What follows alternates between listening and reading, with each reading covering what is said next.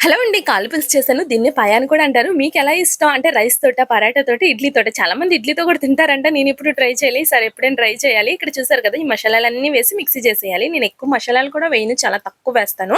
ఇలాగా మ్యారినేట్ చేసేసుకున్నాను కాళ్ళని. ఎందుకంటే మా ఇంట్లోని నాన్ వెజ్ తినరు మంగళవారం. ముందైతే వాళ్ళు వండేసుకున్న తర్వాత నేను తర్వాత వండుకుంటాను.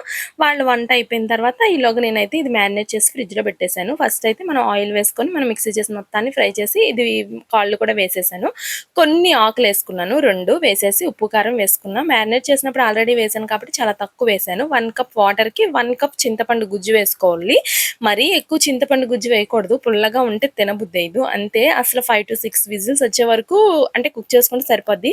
మా కుక్కర్ కొంచెం ప్రాబ్లమ్‌లో ఉంది. విజిల్స్ రాలేదు. నేను అంచనాగా కట్టేసుకున్న. టేస్ట్ మాత్రం అద్దిరిపోద్ది. అసలు నాకెంత ఇష్టమో మా పాపకైతే ఇంకా పిచ్చి.